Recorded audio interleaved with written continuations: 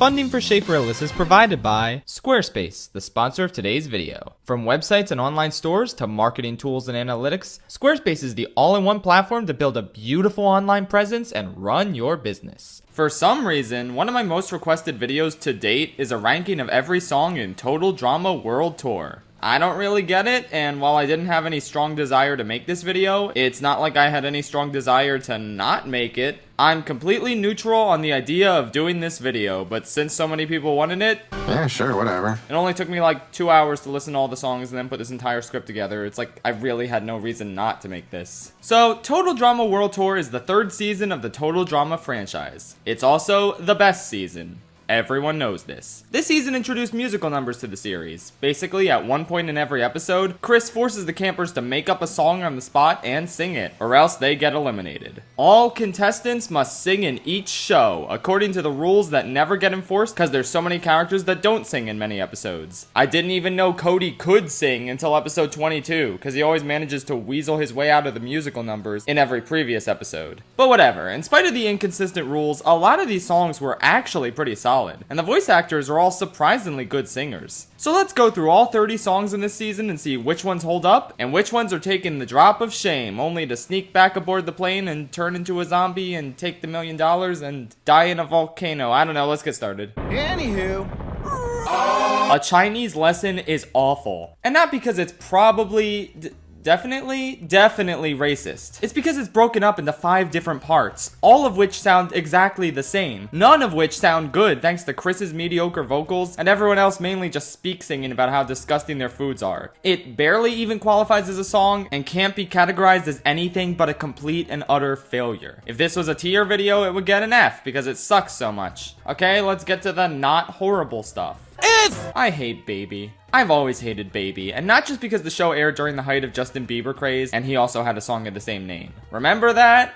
That whole era? It feels like it was 25 years ago, and I'm only 23. But yeah, nothing about this song is good. It is pure, unadulterated cringe. The vocals don't blend well together, half of it is just Harold speak singing. We get to see the 3 worst Total Drama girls dancing. Okay, maybe that's mean. Beth is better than Eva. And Blanley, who's also in this song. This genuinely feels like a parody of the rest of the show's songs. This is the worst case scenario of what we thought the songs in the season would be going in. How is it that most cartoons have banger boy band song parodies, but with this one, it's pure shit? Like, that is not Boys Who Cry. Oh well, I like how Cody got replaced by the Sasquatch, because it's not like he was gonna sing anyway if he actually was here. Next. D. I'm sorry. But I'm sorry sucks. The lyrics feel like Bridget just learned what a simile is and was then set loose to just sing about random shit that's completely unrelated to her current situation. I love this part. International TV, huh? In front of all my friends! Because it implies that Jeff's only friends are Beth, Katie, and Sadie. What a sick joke! There really is nothing to say about this song. It's extremely boring and not good. Moving on.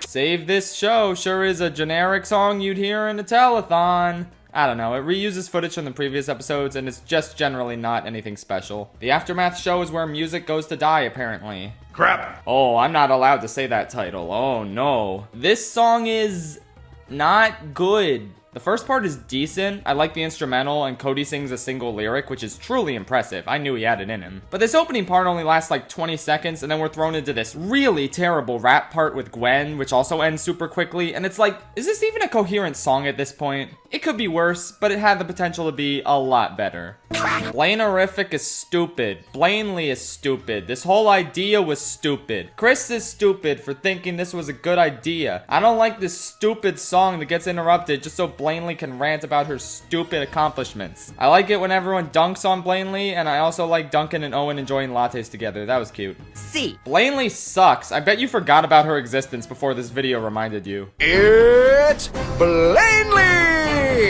What? Her? We Are Shearing Sheep is a song that never really worked for me at any point in my life. I hated it as a kid for some reason, and while it's not awful nowadays, I don't know, it's still not very good. The opening part with Heather just kind of feels offbeat, the "we are shearing sheep" chorus is kind of lifeless, and overall it's just really repetitive and not that enjoyable. It's just a super generic rock song. I like the sheep that has a lighter in the audience though, that's hilarious. And if you look to your right, you can see Cody on stage with his teammates, not singing and not getting eliminated. Amazing. How does he do that? It's still a mystery. Ein Klein is whatever, it's fine. It uses a pre-existing instrumental song. You know the one. The same one that plays at the beginning of the Mario Bros song in Smash.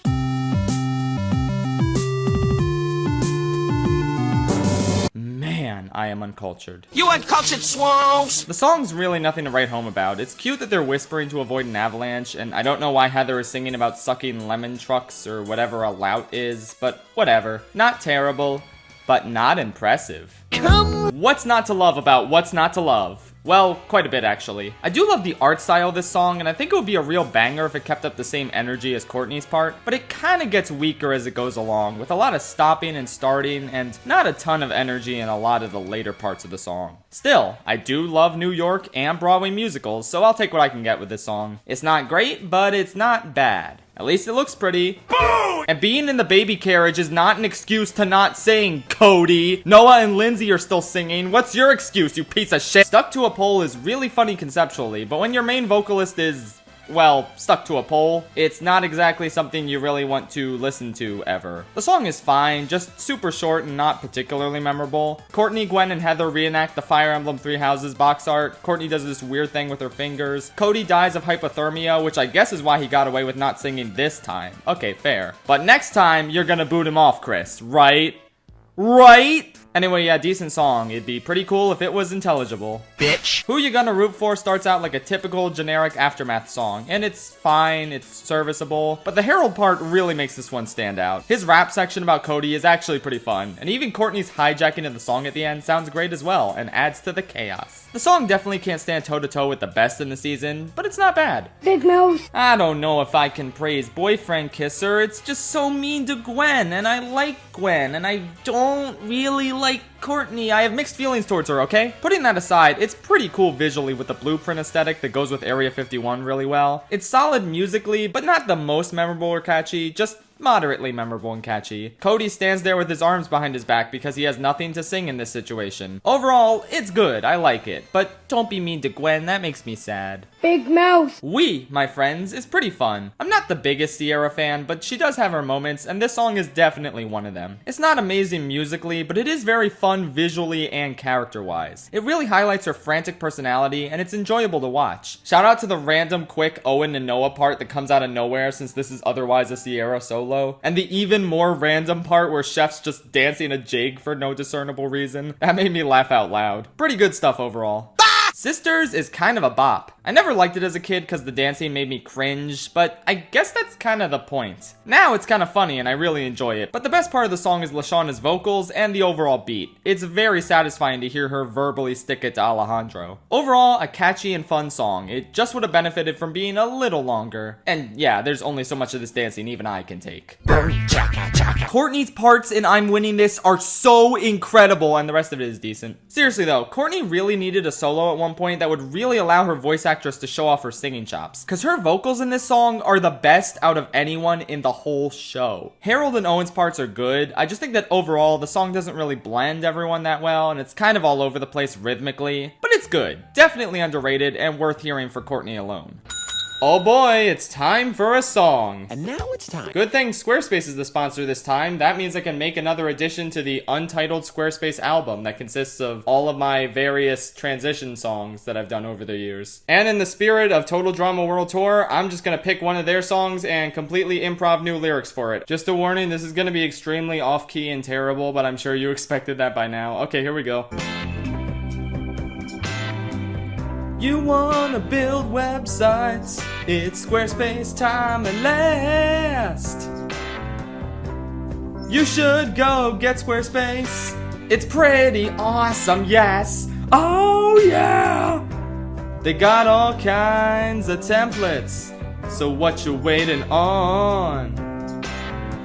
go and build a website with Squarespace till the break of dawn. That was my epic song. Sorry that it was terrible. Here's the Squarespace ad now. Squarespace is a fantastic, intuitive online website builder that allows you to create beautiful websites for your business or personal hobby. Present your work using Squarespace's professional portfolio designs. Display projects in customizable galleries and add password-protected pages to share private work with clients. You can even present your videos from YouTube, Vimeo, and Animoto on your Squarespace site. Add an image overlay to your video to improve your website's load speed by waiting to embed video players until playback starts. Every design automatically includes a unique mobile experience that matches the overall style of your website, so your content will look great on every device, every time. And if you don't want that, you can always disable the mobile view from Website Manager. Buying a domain from Squarespace is simple because there are no hidden fees or price hikes. Each domain comes with an ad-free parking page and free WHOIS privacy on eligible domains. Squarespace sells over 200 top-level domains, so you can find the perfect name for your website. Choose a URL that ends in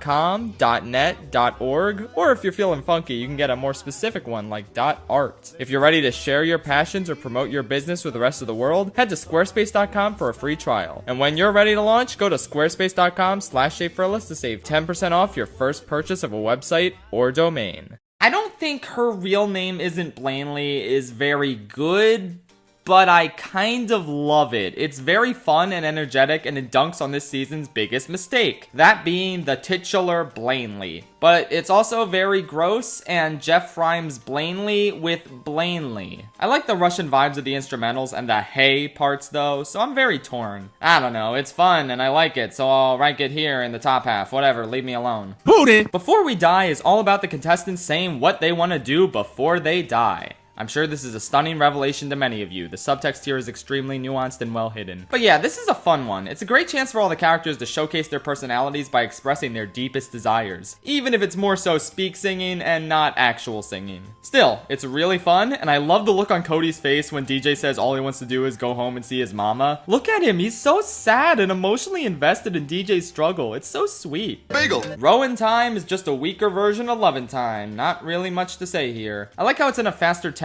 because of the greater urgency with these crocodiles, and I really like how Courtney tells them, we don't mean to fuck you. We don't mean to fuck you. We don't mean to fuck you. Like, I can't be the only one who heard that, right? Oh well, not too shabby, but the other version is better. Bombs? Oh wow, Cody thinks he's so smart getting kidnapped by monkeys so he doesn't have to sing. Ooh, great work. Fuck you, Cody. Wake Up is pretty fun and upbeat, despite the fact that the contestants are not upbeat at this time because they have been trank-balled. This is a cute idea for a song, and it's overall very fun, but Sierra's part does kind of drag it down since it's, you know, not actually singing, just kind of a waste of time. The rest of it is fine, and I don't even mind that it's often offbeat, since I don't expect the campers to be on beat after being tranquilized. Overall, very fun. Could be a little better. Boy. Fight for the Gold is pretty nice. If there were a Total Drama World Tour Song Olympics, I'd give it a silver medal. The thing that really sticks out with this one is how great of a singer Duncan is. Like, who could have seen that coming? It's not the best rhythmically or lyrically, but it is very fun and chaotic, and I really like these statues that depict Tyler as Atlas and Courtney as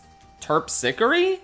Damn, you could have fooled me. I thought it was Aphrodite. Guess I'm a fake Greek fan despite being Greek. Oh well, pretty good song with great vocals. I like Alejandro sneaking around, and Courtney's line about not being able to hear the lyrics is really funny. I dig it.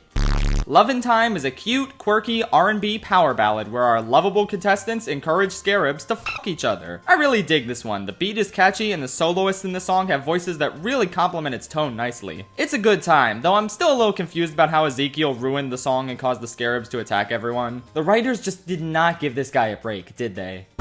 How did they ever get away with this song? It's about stripping old men. What in the blazes is this chicanery? I kinda like it though, not gonna lie. Strip Them Down is just really fun. It maintains its bouncy energy throughout and has a ton of funny moments and interactions, with this being my personal favorite. Yum yum happy go type fish. Don't kill him, you clown. Cody manages to get away with not singing yet again, that son of a bitch. But I guess Tyler got away with it too, so that's fair. But wait, Tyler had to strip the dude. What did Cody do? What has Cody contributed to this team? Nothing. I hope you die, Cody. Everyone's gonna think I have some huge vendetta against Cody. I really don't. I just find it so hilarious that he manages to get away with not singing in so many episodes. Anyway, yeah, fun song. Even though I didn't know hosed was a word as a kid, and I thought the Amazons were just calling themselves hoes. But you know what? Courtney held that last hose note very well, so good for her for owning it. Boobs! I think Versus is a pretty divisive song generally, but I'm definitely on the positive side of the divide. I really like this one. It does get kind of repetitive lyrically and visually since they play the same part where Heather and Alejandro shoot lightning bolts 3 times, but aside from that, it's pretty cool and climactic. I really like the auto-tune on Al's voice that illustrates just how phony he is. I think the colors and overall presentation are awesome. Harold's rap part is actually pretty good and dramatic. I don't know, I dig this one, and I think it's a pretty good finale number. Not the best, but still really strong. Big ass! Come Fly With Us is a delight. It's a really solid opener to this wacky season of wacky music, and I love how authentic and improvised it feels, which isn't something I can say about a lot of these songs. This one straight up just seems like they're making it up as they go along, which in universe is what's happening, and I like that. The downside is that it stops and starts quite a bit and shifts tempos and styles a little too much for my tastes. It's not a song I'd listen to on its own, but it's great within the context of this episode. I really like how Duncan and Gwen start off speak singing in contrast to everyone else actually singing. Noah's Come Die With Us lyric cracks me up every time. The Ezekiel solo is the most beautiful moment in cinematic history, and Duncan ending it off by singing This Sucks followed by everyone's Yeah is such a fun ending. Overall, a really good time. Big Chungus. Aww, Oh My Izzy is just so sweet. Like, I never expected to get emotionally invested in Owen and Izzy's relationship of all characters, but I actually really feel for him here. I always love this cute little Owen's imagination visual style, and I think it fits this song really well. Plus, I really like his somewhat rough vocals coupled with Gwen's backup and the Jamaican instrumentals. It sounds really good. I actually go back to this song quite a bit. It's just a perfect mix of wholesomeness and pure chaos, which is perfect for Owen and Izzy. Okay, you wanna know why I give Cody so much shit for never singing? This song is why. He is so good in this song, and it's the first time he's ever had a substantial solo, despite appearing in every episode thus far. It makes no damn sense. Compels me though. Cody isn't the only good part of Condor, it's pretty fantastic all around. I think Sierra's part is the weakest, but it's not bad at all, and everyone else's just has a great energy, nicely shows off their voices, and is overall super fun and catchy. I don't have much else to say, it's just really strong, and I actually do rewatch it from time to time. Sea Shanty is darn catchy. This is the first true banger of the series in my opinion. Just an absolute delight of a song where everyone gets a chance to sing except Noah for some reason. I like how this one places an emphasis on DJ trying not to sing in order to get eliminated, and yet Noah actually gets away with not singing and remains in the game. What a Chad. There's really nothing to critique with this song. It's quick, it's fun, it keeps up the energy of the song the whole time without any slow parts or breaks. Alejandro produces an accordion out of thin air, or maybe he just always has that accordion on him. It wouldn't surprise me. An overall great time. I just wish it was a little longer. I'm gonna make it as a bop and a half. It deliciously portrays the malice and affection between Heather and Alejandro, and it's very climactic. Even if they do rhyme me with me towards the end. Like, come on, guys. I also like how this is Cody's second song in a row where he comments on how ridiculous it is that he's made it this far in the game. I feel that, bro. Anyway, this song is excellent. A perfect penultimate 3-way musical battle for the million. It might just be a tad musically repetitive, and that double me rhyme really bothers me more than it should, but it's nonetheless a pretty great song. And that tango bit is just chef's kiss. Abracadabra. This Is How We Will End It is a fan favorite, and for good reason. It's kind of epic, and I mean that in both an unironic and ironic sense. Like, on the one hand, the presentation is really strong. It's both creative and thematically appropriate since Alejandro played all the contestants like puppets. And Alejandro and Heather's rivalry is really compelling and makes for great drama that's channeled into an intense rockin' song. But on the other hand, come on, man, that Alejandro hand puppet is kind of a joke, and the lyrics are a little wonky. This song isn't perfect, but at the end of the day, I can't deny how climactic and cool it feels, in spite of its silly elements. Or maybe even partially thanks to its silly elements. And it's musically pretty strong as well, so yeah, I definitely love it as much as everyone else. Great stuff. Hey! Yeah, we all knew this was gonna be number one. A loving, explicit tribute to ABBA, dedicated to the fact that Cody built a boat that looks entirely like Gwen's face. You can't make this shit up. This song alone almost justified Gwen's elimination, because it's just that fantastic. It's insanely catchy, it's musically distinct, it's visually distinct, the vocals are all on point, everyone looks really good in those outfits. Yes, I said everyone. Courtney gets to pop off for a second with her vocals. There's a great visual gag with Duncan hammering in the final nail in Team Amazon's coffin. I don't even know what else to say, man. Everything about this song works. I even made a YouTube poop of it back in the day, which should tell you all you need to know. I love We Built Gwen's Face, from its wacky premise to its flawless execution. It is easily the best Total Drama World Tour song. A++. And it's probably the quintessential example of Cody managing to weasel his way out of singing. But you know what? He built the subject of this song, so I can't even be mad. Good job, Cody. You have officially redeemed all the songless nights we spent together. Thank you for gracing us with this amazing power ballad. Pursue a career on Broadway, Cody. You could make it. Good night, Tri-State area. You know, I was kind of shitposting when I said Cody could make it on Broadway, but I just remembered he is technically part of a famous boy band. He actually could if he wanted to. Okay, yeah, bye.